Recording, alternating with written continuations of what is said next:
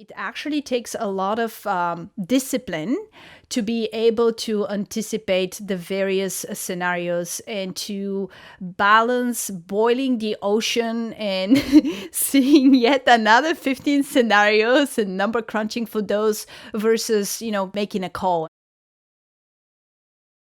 Executives are regularly, routinely using scenarios. And there are a few genres of scenarios. One is obviously around the macroeconomic picture. So, for example, the current debate is, would we have a U-shaped recovery or a V-shaped recovery or a L-shaped bad scenario, right? Another genre is around consumer preferences. So currently the question is, would consumer behaviors change when we get back to normal? Would travel habits change? Would people go back to the gym? All those, now that we've experienced a more digital way of life, would things look differently?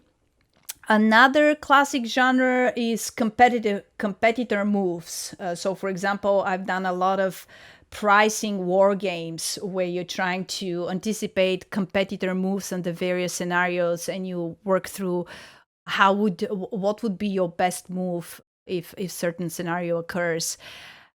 And then I've also dealt with binary scenarios. Let's say you have a IP litigation that would impact the business one way or another, or you have some regulatory framework that will either go through or not.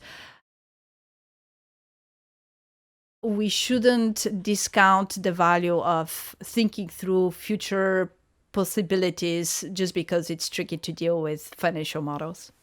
There are multiple ways to play out scenarios even without the use of financial models. The financial models are the bread and butter, kind of the working horse, the standard. But you can also use war games. You can use game theory, payoff matrix. You can just use a simple conversation around what do you need to believe for a decision to make sense under a set of scenarios.